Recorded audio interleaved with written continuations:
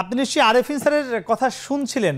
Sir কিন্তু একটি কথা যেটি বলছিলেন যে যেহেতু এটি বিচারাধীন ব্যাপার এবং যেহেতু রাষ্ট্রপক্ষই আবেদন করেছে কোটার যাতে না থাকে, অর্থাৎ আপনাদের পক্ষে, আপনারা রাষ্ট্রপক্ষের উপর কেন আস্থা রাখতে পারছেন না?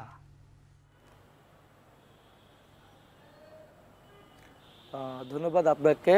আমি স্যারের সাথে সম্পূর্ণ একমত। আসলে জনভোগান্তি বিষয়টি আমাদের কারোর জন্যই স্বস্তিকারক না। তবে আমরা আসলে দেওয়ালে পিঠ থেকে গিয়েছে বলেই রাজপথে নেমে এসেছি এবং আমরা আমাদের অভিভাবকদের সন্তানই তো আমরা, জনগণের সন্তানই আমরা যদি চাকরি না পাই, আমাদের যে ভোগান্তি, আমাদের পুরো শিক্ষা জীবন শেষে এখন আমাদের চাকরির সময়, তো সেই সময় এসে যখন আমরা এরকম একটা রায় পাই, এটা স্বাভাবিকভাবে আমাদের অনেকে ক্ষুব্ধ করে।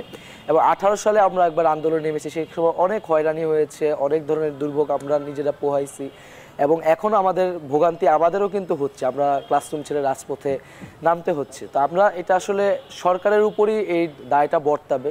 সরকার যদি এক ধরনের তড়িঘড়ি করে ব্যবস্থা নিত তাহলে কিন্তু এই আন্দোলনটা এত দূর গড়ানো। 5 জুন থেকে কিন্তু আমাদের আন্দোলন, শুধু আদালত দেখে কিন্তু সরকার দায় এড়াতে পারে না, কারণ নির্বাহী বিভাগ এবং আন্দোলনের প্রেক্ষিতেই এই রায়টি হয়েছিল। কোটা কিন্তু একটা সরকারি নীতি এবং একটা রাজনৈতিক সিদ্ধান্ত, এবং আন্দোলনের প্রেক্ষিতে যখন এটা জারি করা হয়েছিল, হাইকোর্ট কোর্ট হয়তো তার আদালত বা মহামান্য আদালত তার প্রক্রিয়া অনুসারে কাজ করবে, কিন্তু সরকার এখানে হস্তক্ষেপের সুযোগ রয়েছে বলে আমরা মনে করছি। এবং বিভিন্ন বিশেষজ্ঞরাও এটা বলছেন যে সরকার চাইলে কিন্তু এখন একটা নতুন করে পরিপত্র জারি করতে পারে, সেখানে কিন্তু আদালতের কোনো ধরনের বাধা থাকবে না। সরকার চাইলে কোটা সংস্কার করে সকল গ্রেডে 18 পরিপত্র থেকে সরে গিয়ে অন্য একটা যৌক্তিক পরিপত্র দিতে পারে, যেটা আপাতকালীন একটা সমাধান কিন্তু হতে পারে।